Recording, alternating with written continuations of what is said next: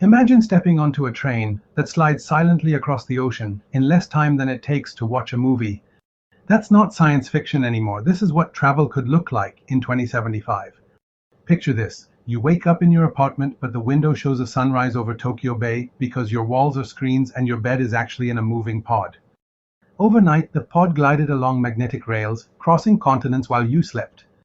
And maybe you're not even on Earth. Space tourism has gone from billionaire bragging rights to something you book on a Wednesday afternoon. You float up to a low-orbit resort, where the ceiling is just the galaxy.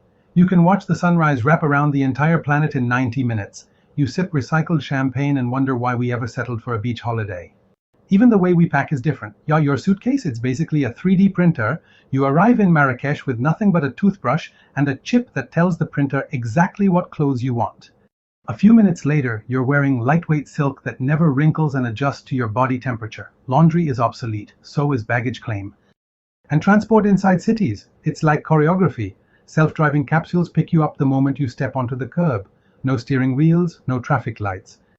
They just glide along invisible grids, weaving around pedestrians and cyclists in a quiet ballet of algorithms. You never wait, you never honk, you just move. But here's the irony, even with all this futuristic wizardry, people still crave the same thing. A sense of wonder. A feeling that you've gone somewhere your heart didn't expect. So maybe in 2075 the best journeys won't be the fastest ones. They'll be the ones that feel a little bit wild, a little bit human.